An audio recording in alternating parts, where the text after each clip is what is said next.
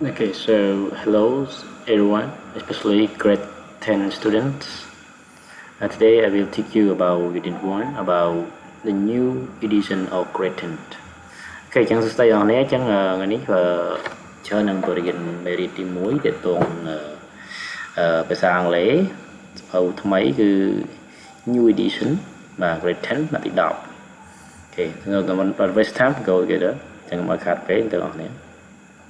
Và trên Unit 1 cứ AP my personal information và cứព័ត៌មានបន្តម៉ៃរបស់ខ្ញុំ personal ហ្នឹងគឺបន្តខ្លួនអញ្ចឹង information ព័ត៌មានអញ្ចឹងព័ត៌មានបន្តខ្លួនរបស់ខ្ញុំអញ្ចឹងឲ្យតែ you go together ចឹងថាម៉េច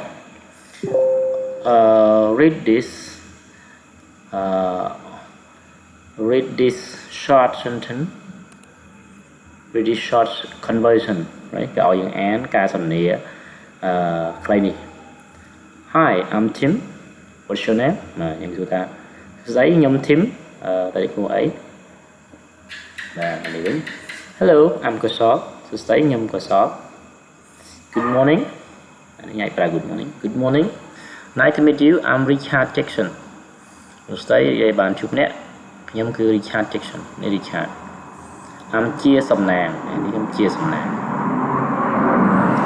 My name Channy What's your name នេះគឺនិយាយប្រាប់តាមឈ្មោះរបស់ខ្ញុំគឺ Channy តារីឈ្មោះអី Hey អាចថាសួស្តីដែរ Good morning Hey I'm Lin សួស្តីខ្ញុំ Lin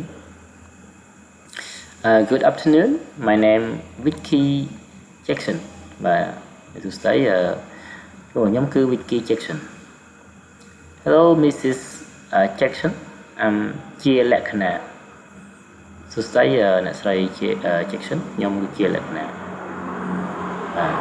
ចឹងថាម៉េចwhen we meet people we can say hello ចឹងនៅពេលដែលយើងជួបមនុស្សគ្នាតាមផ្លូវហ្នឹងណាយើងប្រាប់ពាក្យ hello បើយើងបកខ្មែរបកថាសួស្តី What are the word What are the word can you see that mean the same as hello គេសួរតើពាក្យដតីទៀតណាខ្លះដែលអ្នកអាចឃើញថាមានន័យ hello បាទ write them in the notebook ឲ្យសេនឹងផៅដែរណា when we say your name នៅពេលនិយាយពីឈ្មោះរបស់អ្នក we can say ណាអីគេនេះមកគេនេះក៏សល់មកក៏សល់គេសល់នេះHello, yeah. Hello, Kosok. Đây có hai các bạn này. Hai Kosok.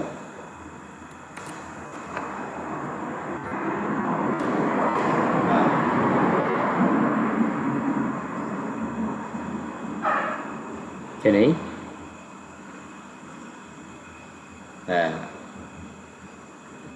Biển nó bay ở sò. Hãy giờ ní tụi mình được mùi đấy hello của bạn đấy hello của shop hãy gọi là hello dùng Việt hay là bên đây hello tiếng Anh là hey anh gọi mà hello đấy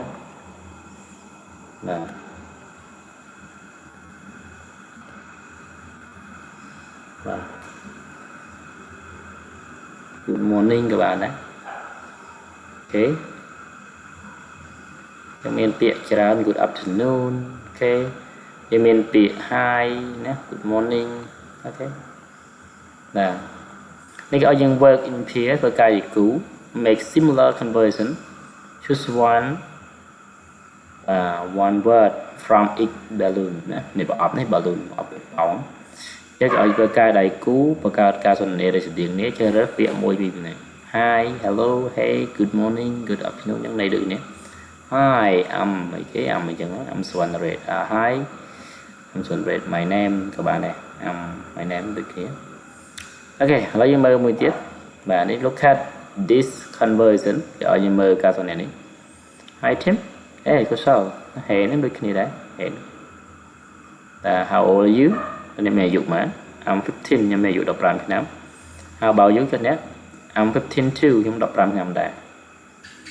Cái này. How old is your mom?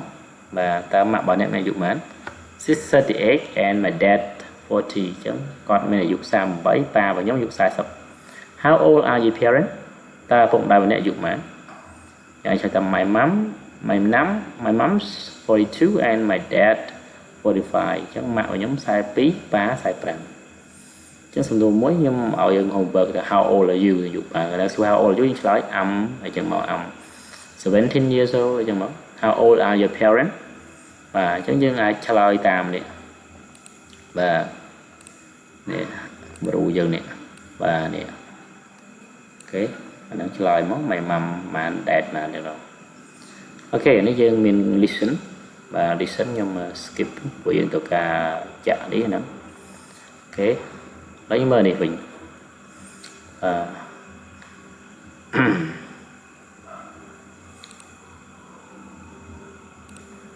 ចឹងឲ្យយើង look at the name and number វាឲ្យមើលឈ្មោះហើយនឹង number លេខណា read the conversion អាននេះឈ្មោះគេChandra Elizabeth Hieng Mac Michael Pisay nhưng mà cả phần này cái Hi Michael, this is Michael. Can I have your phone number? Tao nhưng mà ai xong rồi sao này thế? Sure bắt ta forgot gì? Ba này gọi yes of course forgot nè. It's 082376541. Thanks. I'll put it in my phone nhưng mà đã bên để không tụ sập với nhau. How do you spell your surname? Cái này nhớ chỉประกอบmột cái dạng thang, ta nàyประกอบnày. M I C H A E L. Got it. Từ bạn này học. Cho dương này cái ở with the partner make conversion ởประกาศnày. For Chandra Elizabeth Hieng Mac Pisay.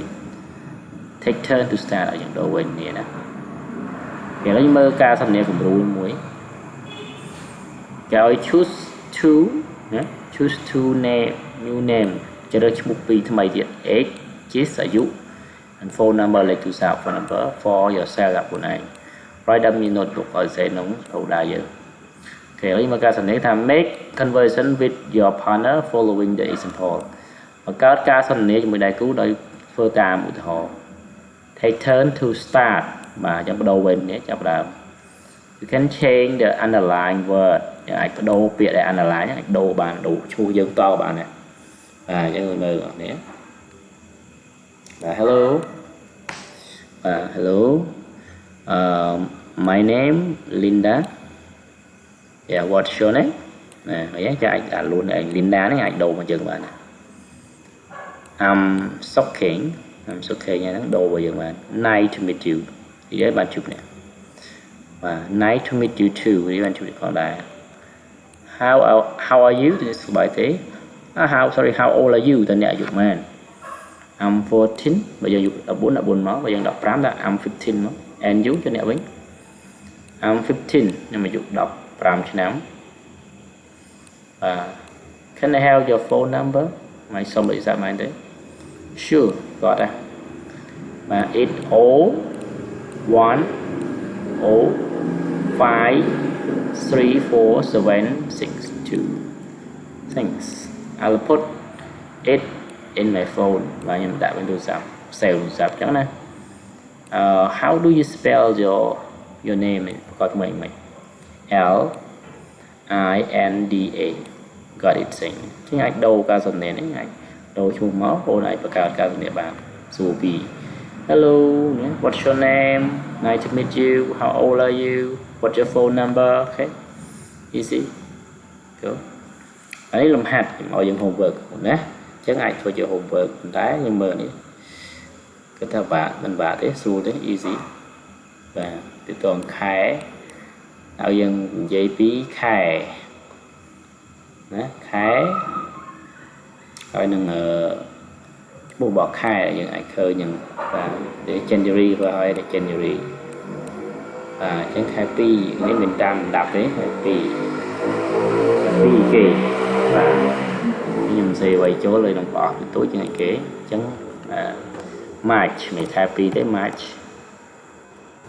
March January February March chẳng hạn 7 mà ní cái October chẳng nào October hạt lá hạt đỏ ní cái February February January February happy February sorry February okay đây cái này là bài ở so chẳng mày hạt vàng mày đấy vừa so chùm cái nè June này September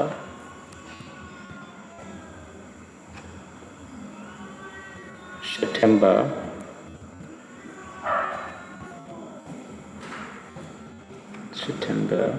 24 này August 27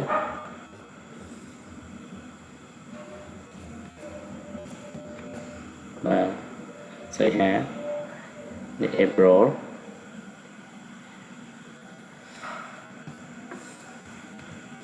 và thì 4 tháng sau April 26 đến December đủ và ấy July chân lá cả đà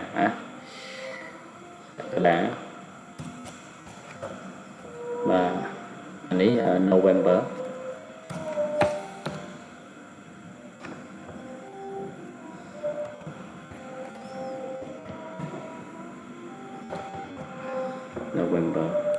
trắng người ta đọc đấy ôn tự January, March, October, February, May, June, September, August, April, December, July, November.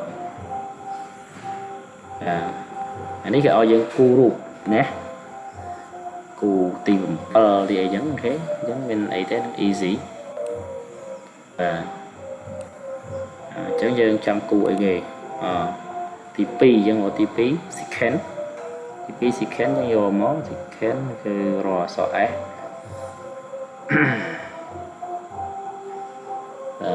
nè ấy nhầm ở bàn triềm thế nhưng mà nhầm đầu rùa đá và second ní first chai rồi đào mà rõ mình rồi khơi mà ở thế ở lâu thì ní ở thế đấy vấn đề này là cái sick và second SE đi mà nè second này khơi nha mà nè second nè TP SECOND second TP và ở ấy ở từ 12 chẳng 12 đam là do TW 12 TW bên rầu nè cái T nó nè W nè TW 12 ok yang rồi 11 đam là do ý 11 nè 11 nè 11 rồi 6 nữa 6 đấy và S đào mà so S và này 6 ok 6 ok tranh phố này rồi con này anh móc này rồi class và đó đến cao dương phơ ca đại cụ thì đấy cao dương sorry use the word from exercise activities 1 to 2 to make short conversion và what is the first month ta khai mùi và khai mùi thì khai nhé January is first month chẳng như xui chẳng cuối cùng sorry anh chừng tập bản thế tiếng xíu nhưng nâng bắt đầu tiết để xa sọc phép ở sau đó ok thank you goodbye good luck